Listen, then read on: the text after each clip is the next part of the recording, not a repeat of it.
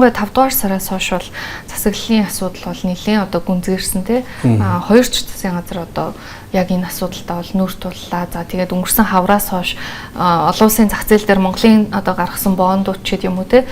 Компаниудын хувьцааны ханшуул яг энэ засаглалын нөхцөл байдал, улс төрийн нөхцөл байдалтай холбоотойгоор дээшээ доошоо савлсан юм одоо хөдөлгөөнүүд бол маш их байна. Тэгэхээр энэ дээр та бүхэн хурлын гишүүдийн зүгээс засаглалын тогтвортой байдал дээр яг ямар одоо алсын хараач гэдэг юм уу ийм бодолтойгоор стратегитэйгээр байх ёстой, ажиллах ёстой гэж харж байна. Яг та хүн бүгдээ мэдж байгаа 2026 оны тий 25 оны одоо 6 сард бол одоо засаг маань өөрчлөгдсөн шүү дээ. За тэгэхээр энэ засаг өөрчлөлтүүд бол тодорхой хэмжээний төсвийн тодтол хийсэн. Яг төсвийн тодтол хийсэн бэхээр Монгол улс маань өөрөө уулуурхайн одоо түүхийн эдээс үнээс их хамааралтай эдийн засаг болдог. Нүүрсний үн яг тэр үеэр унж байж таарсан байдаг. За тэгэхээр одоо ч бол Монгол улс өөрөө нийт экспортын 90 гаруй хувь нь уулуурхайн салбарын бүтээгдэхүүнээс хамаардаг. Ялангуяа нүүрсний үн, цэсний үнээс хамаардаг. Дэдгэр бүтээгдэхүүн онгод Монгол улсын эдийн засаг дагаад унж байгаа. Энийг болохоор гадаадын хөрөнгө оруулагч нар бол бас Монгол улсын эдийн засагт тодорхой хэмжээнд ийм ойлгомжгүй эрсдэлтэй байдалд орж байна. Буурах найж гэдэг юм ийм хүлээлтийн үүднээс манай одоо тухайн одоо гаргасан байгаа үн цаас те бусад одоо өрөмжчүүдийн үн өсөх ийм шалтгаан болж байгаа. Нөгөө талаас нь болохоор гадаадын хөрөнгө оруулагч нар чинь одоо бас нөгөө талдаа чанарын үзүүлэлтүүдийг харж үзэж байгаа шүү дээ. Тухайн улсын. Тэрэнд нь болохоор улс төрийн орчин те доктортой байдал, засгийн газрын доктортой байдал, авилгалтай тэмцэж байгаа байдал, хуулийнхаа одоо хэрэгжүүлж байгаа байдал хэмжлэг ийм одоо чанарын үзүүлэлтүүдийг харгалзаж үздэг. Тэгэхээр Монгол улсын засгийн газар одоо хэр доктортой ажиллах юм бэ? Гаргасан бодлого хэр яг хэрэгжүүлж чаддаг юм бэ?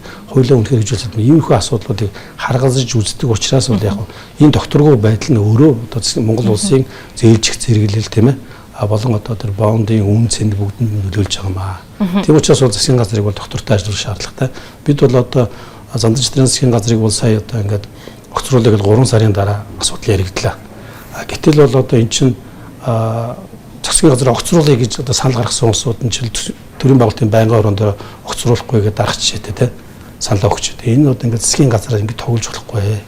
Тийм учраас бол энэ дээр бол засаг бол доктортой байх шаардлагатай гэдэг бол байр суурийг бол миний хувьд бол баримталж байгаа. Гадаад зах зээлээс татж байгаа хөрөнгө оруулалтын одоо нөхцөл өөрөлдөх юм бол хүү дотоод зах зээл дээрээс одоо зээл авч байгаа санхүүжилт татж байгаа энэ хоёр бас хоорондоо баггүй ялгаатай байгаа юм. Тэгэхээр энэ чиглэлд ер нь одоо их хурл дээр ямар хяналттай авах одоо механизм байна.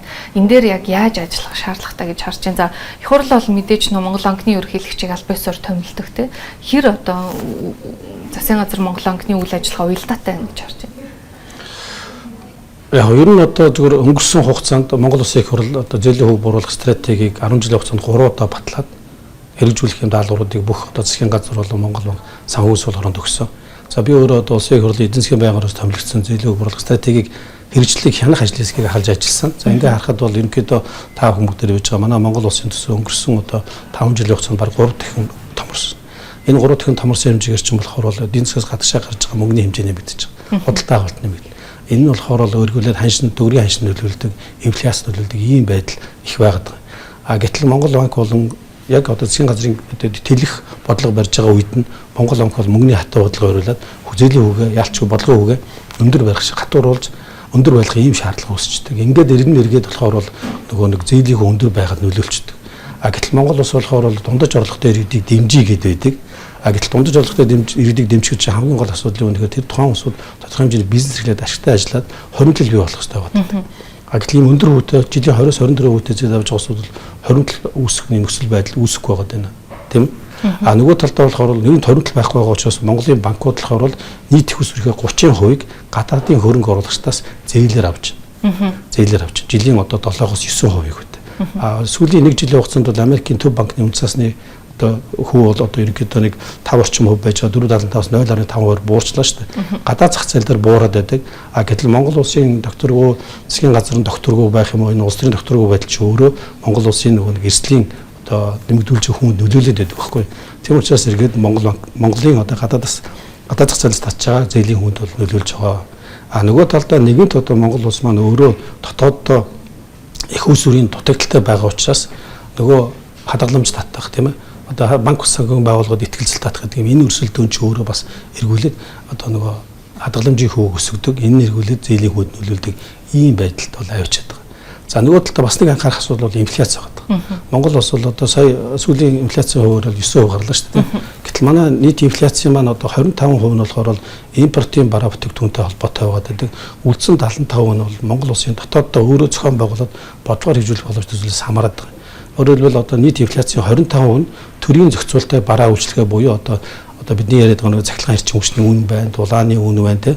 Одоо бензинийг бид нар бол маш ингээд удаан хугацаанд ингээд ард иргэдтэй бага үнээр бензин хэрэглүүлэх гэдэг ингээд үнийг бариад байна шүү дээ. Энэ бүхэн маань ингээд явандаа зах зээлийнхээ зарчмаар яваад эхлэхээр яалтч яах үнийг өсгөх ийм шаардлагууд үүсээд байдаг. Тэгээд тэрийг тавихад тэр нь өөрөө инфляци нөлөөлдөг ийм хэмжээнд очичлаа. Нөгөө талдаа манай дотооддоо үйлдвэрлэж байгаа бараа бүтээгдэхүүний үн, үйлчлэгээний үн тэ энэ маань бас өөрөө инфляци нэлээд том хувийг нийслээд байна. Тийм учраас энэ хувийг бууруулахын тулд бид нар дотоодынхаа үйлдвэрлэл эрхлэгч жижиг дунд бизнесийг дэмжих энэ бодлогуудыг бол зайлшгүй явуулах ийм шаардлагууд үүсэж байгаа. Тийм учраас бол яг энэ хэсэг дээр хэн ажиллах хэрэгтэй гэхээр энэ төр бол засгийн газар ажиллах хэрэгтэй. Засгийн газар энэ хэсэг дээр ажиллахын тулд доктортой ажиллах хэрэгтэй бол гэж харж байгаа. Улсын 2026 оны төсвийн одоо 4 дахь хилцүүлэг бол шилжчихсэн явж байна. Тэгээ 2026 оны одоо төсвийн 3 дахь хилцүүлэг дээр бол за бараг одоо 100 гаруй зарчмын зөрүүтэй саналууд бол гарсан байна. За энэ дундаа хамгийн ихээр одоо шүүмжлүүлж байгаа хөрөнгө оруулалтын төслүүдийг одоо тойрог бүр дээр нэмсэн ч гэдэм үү те. За гишүүн болгон нэмсэн эсвэл төсвийн ерөнхийлөн захирагч нар нэмсэн гэдэг ийм шүүмжлэлт агуулж байна. Тэгэхээр яг одоо их хурлын гишүүдийн зүгээс энэ дээр байр суурь яг ямар байна? Үнэхээр тийм шаардлага байгаа юм. Зөв ер нь одоо өмнөх жилүүдэд батлагдсан одоо хөрөнгө оруулалтын замын төслүүд байгаа шүү дээ. Тэрийг бол зогсооход боломж бол байхгүй тийм ээ. Тэрийг одоо хойшлууллаа гэхэд нөгөөх нь дараагийн жилдээр дахиад дарамт болоод үүснэ. За нөгөө талдаа болохоор шинээр бас ганц хоёр одоо замын төслүүд бол байгаа. Тухайн одоо бүс одоо аймгийн одоо хөгжлийн тэргүүлэх чиглэлд одоо жишээлбэл аялал жуулчлалын салбар ч гэдэг юм уу. Эсвэл одоо тухайн орон нутгийн бизнесийг дэмжихэд логистикийг нь одоо худалдаа үйлчлэгээний үйлдвэрлэл үйлчлэгээний одоо логистикийг дэмжих хүрээнд бол замын одоо тэр төслийн хөрөнгө оруулалт зайлшгүй шаардлагатай байна гэсэн ийм асуудлууд байгаа учраас эдгээр одоо хөрөнгө оруулалтууд бол тавигдсан. Ер нь одоо төсөв бол ингээд энэ 7 хоногт батлагдаад 11 сарын 15 буюу хуулийн хугацаанд батлагдах нэ. Тэгэхээр эх оны төсөв дээр төгсгөлд нь асуухад ер нь зарчмын одоо шин чанартай хийгдсэн томоохон өөрчлөлт яг юу байна? Та яг юу гэж харж байна? Өмнөх жилүүдээс харьцангуй одоо дэвшилттэй гэж хэлж болохоор тал нь юу байна? За сул тал нь бас юу байна? За яг өнгөрсөн жилийнхийг бодох юм бол өнгөрсөн жилийн түрүүн ярьсан тийм ээ илүү том төслүүдээр илүү анхаарсан юм байсан бол энэ удаагийн төсөв бол илүү бас тодорхой хэмжээнд тойрог руу анхаарсан бүсүүд рүү анхаарсан аймагуд руу хөрөнгө оруулалт анхаарсан ийм төсөв боллоо. Нөгөө талдаа хамгийн том өөрчлөлт бол угаасаа одоо боловсрол эрүүл мэндийн салбар тэтгэврийн хэмжээний одоо авагчдын тэтгэврийг нэмсэн энэ зардлыг нэмчлээ. За энэ маань болохоор бол өөрөө эргээд одоо дараагийн бусад одоо салбарын ажлагчдын цалинг нэмэх ийм одоо хөшүүрэг болноо. Тэгээд нөгөө талдаа бол хувийн секторт ялангуяа одоо цалингаа нэмэгдүүлэх ийм шаардлагыг бий болгож байгаа.